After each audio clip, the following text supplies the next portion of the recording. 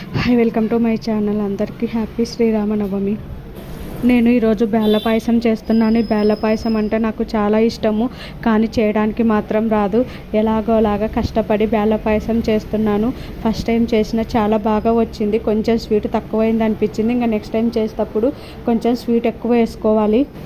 నేను పక్కా కొలతలతో చేశాను. 1 కప్పు శనగపప్పు, సగం కప్పు సగ్గుబియ్యం తీసుకున్నాను. 1 కప్పుకి 6 కప్పుల నీళ్లు పోశాను. బెల్లం మాత్రం 1 కప్పే తీసుకున్నాను. కప్పున్నర తీసుకుంటే సరిపోయేది అనిపించింది. పాయసానికి పొయ్యి మీద పెట్టేశాను. శ్రీరామనవమి అంటేనే వడపప్పు పానకము. వడపప్పుకి నానబెట్టాను. పానకానికి బెల్లం కూడా నీళ్ళలో నానబెట్టి పెట్టేశాను. ఇంకా దేవుడి గదిని శుభ్రం చేస్తున్నాను. మా ఆయనకి ఈరోజు సెలవు ఇవ్వలేదు. ఆఫీస్కి వెళ్ళే లోపల పూజ కంప్లీట్ చేయాలి, బాక్సులు చేసేయాలి. అనుకున్న టైంకి పనులన్నీ కంప్లీట్ అయిపోయాయి. మా ఆయన పూజ చేశాడు. పూజ చేసిన తర్వాత దేవుడికి పాయసం పక్కకు తీసిపెట్టి పూజ అయిపోయిన తర్వాత నేను పచ్చి కొబ్బరి కట్ చేసి పాయసంలో వేస్తున్నాను.